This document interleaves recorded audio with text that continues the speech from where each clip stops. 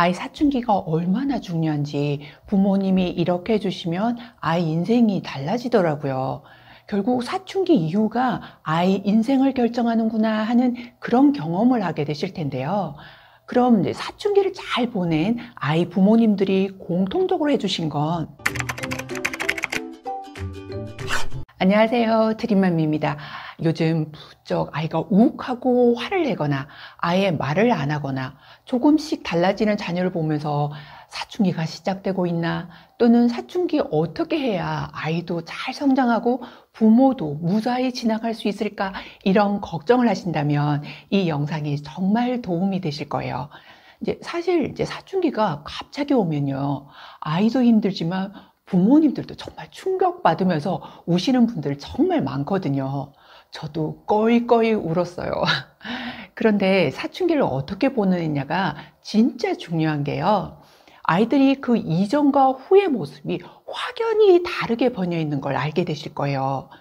그렇게 모범생 같고 공부도 잘하던 아이가 이 시기를 잘못 보내면 공부를 거의 안 하게 되는 상황이 오는가 하면 그 반대로 오히려 아이가 사춘기를 잘 보내고 단단해져서 열심히 하는 그런 아이로 바뀌는 경우도 있거든요.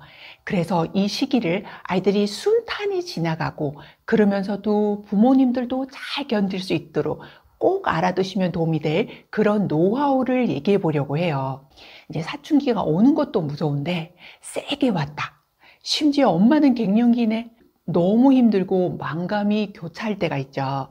이제 강도의 차이가 아예 기질에 영향을 미치기도 하지만 이제 두 가지를 초등 때 해뒀던 그런 아이들은 좀 완만하게 지나가는 경우가 많거든요.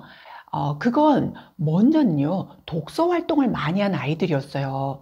자신과 다른 삶을 책을 통해서 다양한 각도로 성찰하는 힘을 갖게 돼서 그런지 무분별하게 흔들리거나 격한 언어를 쓰면서 부모를 당황하게 하는 그런 일들이 좀 적더라고요. 이제 독서가 학업에도 도움이 되지만 아이 내면의 깊이에도 도움이 돼서 결국 막장 사춘기나 선을 넘는 그런 행동은 확연히 없는 것 같아요. 그래서 초등 때 부모님이 아이에게 독서에 신경을 써주시면 학업에도 사춘기 대비에도 많은 도움이 되실 거예요.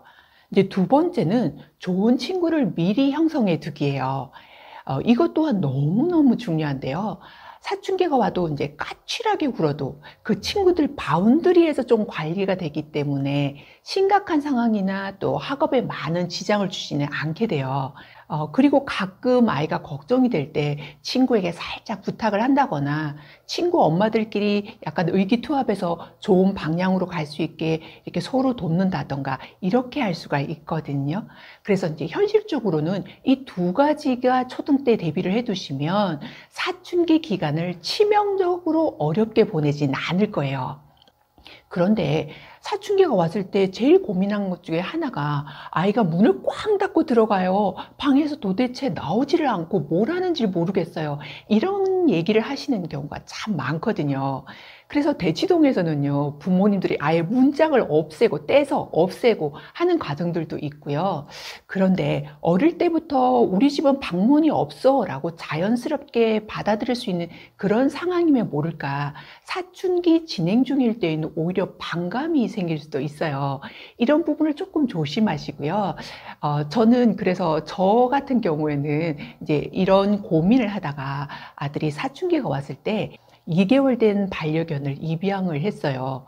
이제 여동생이라며 상미라고 이름도 지어주고 그러면서 상미가 오빠 방, 우리 방, 서재를 막 구석구석 다니면서 가족들이 뭐 하는지 보러 다니는 거예요. 그러니까 이 방에 들어가는데 문을 꽝 닫고 들어갈 수가 없는 상황이 된 거죠. 고맙게도 반려견이 자연스럽게 아들이 문 닫고 칩거하는 그런 상황은 없게 만든 거죠. 그래서 열일을 한 거예요. 그리고 아들이 열받을 땐 강아지와 산책을 하면서 좀 풀 수도 있고 해서 사춘기에 어느 정도 도움이 됐거든요. 혹시 이런 부분 문 꽝 닫고 들어가는 부분에 문짝을 뜯어내야 할 만큼 고민이 된다면 이런 반려견은 또 어떤가? 저는 사실 도움이 됐어요. 모두에게 다 그런 건 아니겠지만. 그리고 부모 마음도 참 힘들잖아요. 너무 건방지거나 과묵해져 버린 아이를 보면서 주체할 수 없는 화가 올라오기도 하죠. 그럴 땐 꼭 알아두시면 좋을게요. 우리 아이는 지금 전두엽이 아픈 아이구나. 그리고 우리에게 온 귀한 손님이구나. 이런 마음을 가지고 대하시면 열받는 일도 좀 가라앉더라고요. 이제 욱하고 화가 치밀어 오를 때마다 한 번씩 되새겨 보면서 아이를 이해하는데 우리 마음도 달래는데 도움이 될 거예요. 그러면서 이제 사춘기를 잘 보낸 학부모님들이 공통적으로 한 세 가지를 알아두시면 훨씬 도움이 되실 텐데요. 이제 먼저는 아이 얘기를 지인에게 가능한 하지 않더라고요.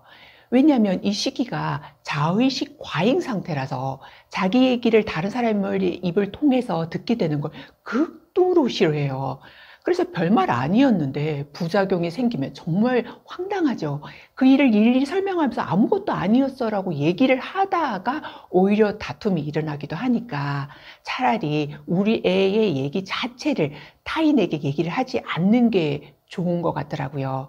이 시기에는 아이의 사진도 카톡에 안 올리잖아요. 그냥 말다툼이 생길 여지를 주지 않는 게 최고인 것 같아요. 그리고 두 번째로 정말 잘하시는 부분이요.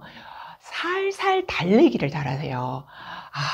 이 시기에는 아이가 되는 것과 안 되는 선을 강요하면 오히려 더 화를 내는 경우가 생기잖아요.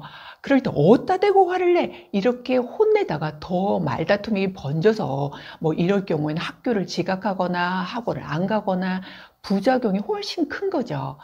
이럴 땐 아이고 힘들지. 약간 어깨도 주물러 주고 학원 잘 다녀오세요. 만난 거 준비해 놓을게 등등 살살 달래면서 최대한 반감이 없게 하면서 이렇게 지나가는 게 중요하더라고요.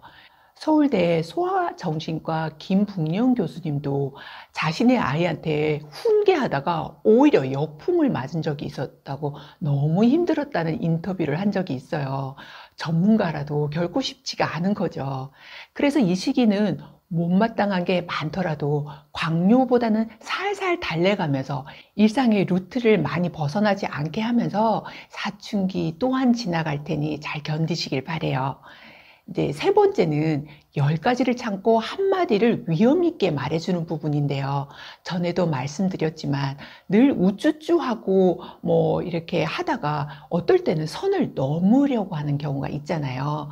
그럴 때는 10가지를 모두 잔소리를 하게 되면 11가지 말을 안 듣게 되니까요.